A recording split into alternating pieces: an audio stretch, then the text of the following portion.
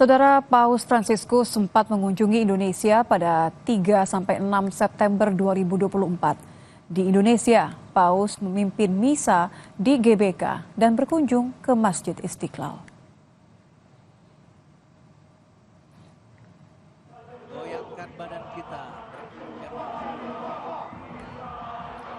Di Jakarta, Paus memimpin misa suci akbar di Stadion Gelora Bung Karno, dihadiri sekitar 100.000 umat. Indonesia menjadi negara pertama yang dikunjungi Paus Fransiskus dalam perjalanan apostoliknya selama 11 hari di kawasan Asia Pasifik.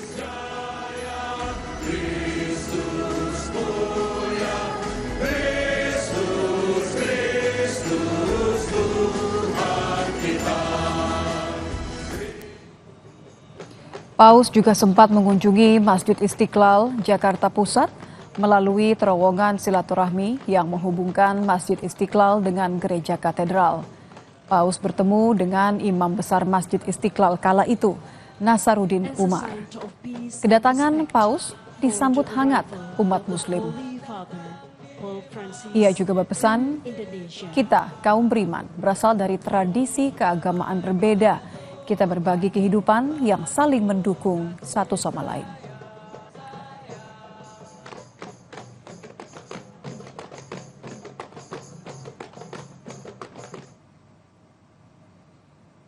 Paus Fransiskus dikenal sebagai sosok teladan yang sederhana.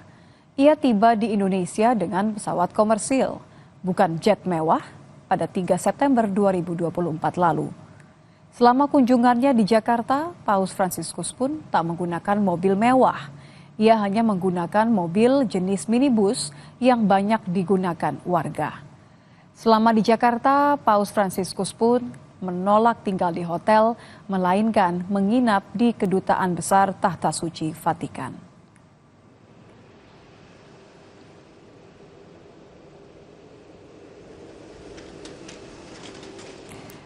Paus Fransiskus sempat menyerukan perdamaian untuk Gaza dan Ukraina, serta wilayah lain yang dilanda konflik. Pesan itu disampaikan dalam pidato Paskah terakhirnya di Basilika Santo Petrus Minggu kemarin.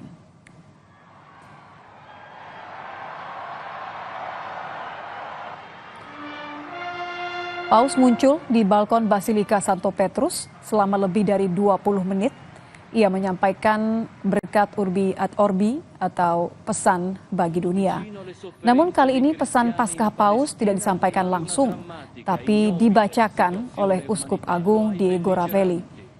Dalam pesannya, Paus menyebut, "Saya memikirkan rakyat Gaza, khususnya komunitas Kristennya. Konflik di Gaza telah menyebabkan banyak korban dan menciptakan situasi kemanusiaan yang menyedihkan." Paus juga mengimbau pihak yang bertikai segera melakukan gencatan senjata dan membantu warga yang kini mengalami kelaparan. Paus juga menyerukan perdamaian di Ukraina dan daerah konflik lainnya. In questo giorno di festa pensiamo al Caucaso meridionale. Sono vicino alle sofferenze dei cristiani in Palestina e in Israele, così come a tutto il popolo israeliano e a tutto il popolo palestinese. Preoccupa il crescente clima di antisemitismo che si va diffondendo in tutto il mondo. In pari tempo il mio pensiero va alla popolazione e in modo particolare alla comunità cristiana di Gaza, dove il terribile conflitto continua a generare morte e distruzione e a provocare una drammatica e ignobile situazione umanitaria. Faccio appello ai belligeranti: cessate il fuoco, si liberino gli ostaggi, si presti aiuto alla gente che ha fame e aspira ad un futuro di pace.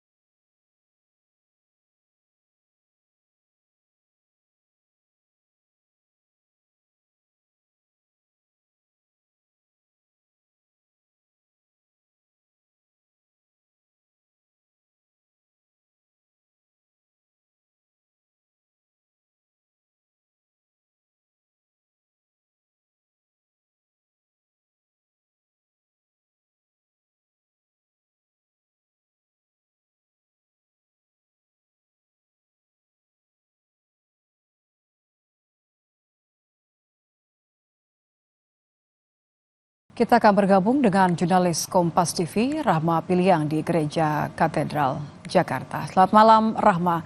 Kapan rencananya akan digelar misa arwah dalam suasana kedukaan pasca wafatnya Paus Fransiskus?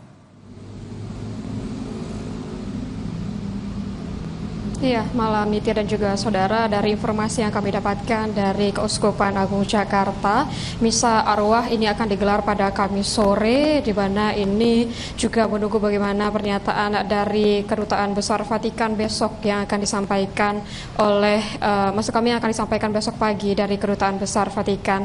Tapi kalau tadi apa yang disampaikan oleh Kardinal Suharyo, disebutkan bahwa memang untuk setiap misa harian ini juga bisa menyampaikan doa arwah, begitu dimana besok misalnya ada misa harian, maka doa arwah ini juga bisa digelar, begitu Nitya dan juga saudara.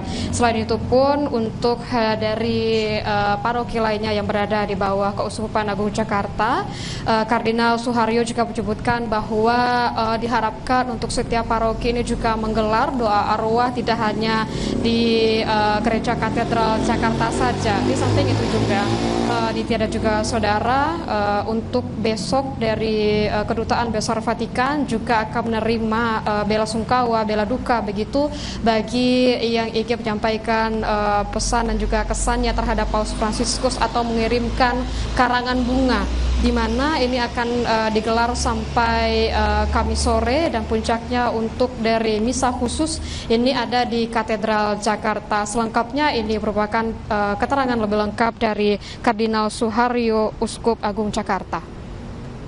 Beliau akan membuka kedutaan besarnya supaya tamu-tamu yang ingin mengucapkan bela sungkawa, bela duka itu bisa masuk dan menuliskan kesan-kesan di dalam buku tamu. Itu pasti.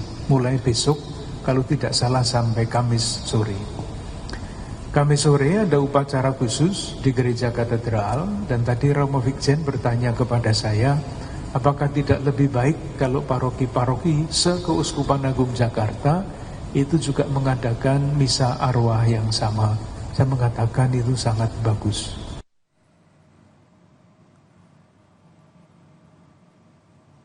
Terima berita duka kepergian Paus Fransiskus pada pukul 9.45 waktu Vatikan, begitu Nitya dan juga saudara. Dan dari Kardinal Suharyo juga memastikan baik itu kepada Kedutaan Besar Vatikan untuk Indonesia maupun Kedutaan Besar Indonesia untuk Vatikan, bagaimana dengan kondisi Paus Fransiskus saat menerima berita apakah ini benar atau tidak, begitu Nitya dan juga saudara. Selain itu pun juga dari Keuskupan Jakarta ini menyebutkan bahwa akan menunggu terlebih dahulu bagaimana dengan rapat yang akan digelar oleh kardinal-kardinal yang ada di Roma, di mana ini akan dilaksanakan besok pagi waktu Vatikan, dan dari rapat itu akan disampaikan begitu kepada umat Katolik yang ada di Indonesia, begitu Nitya dan juga saudara. Dan untuk malam ini memang di Gereja Katedral Jakarta ini tidak ada kegiatan khusus, namun memang misa harian ini tetap berlangsung. Nitya. Terima kasih jurnalis Kompas TV Rahma Piliang dari Gereja Katedral Jakarta. Saudara, Presiden Prabowo Subianto menyampaikan ucapan duka atas wafatnya Paus Fransiskus. Presiden menyebut dunia kehilangan sosok panutan yang berkomitmen besar terhadap perdamaian, kemanusiaan, dan persaudaraan. Usai jeda di Kompas Malam.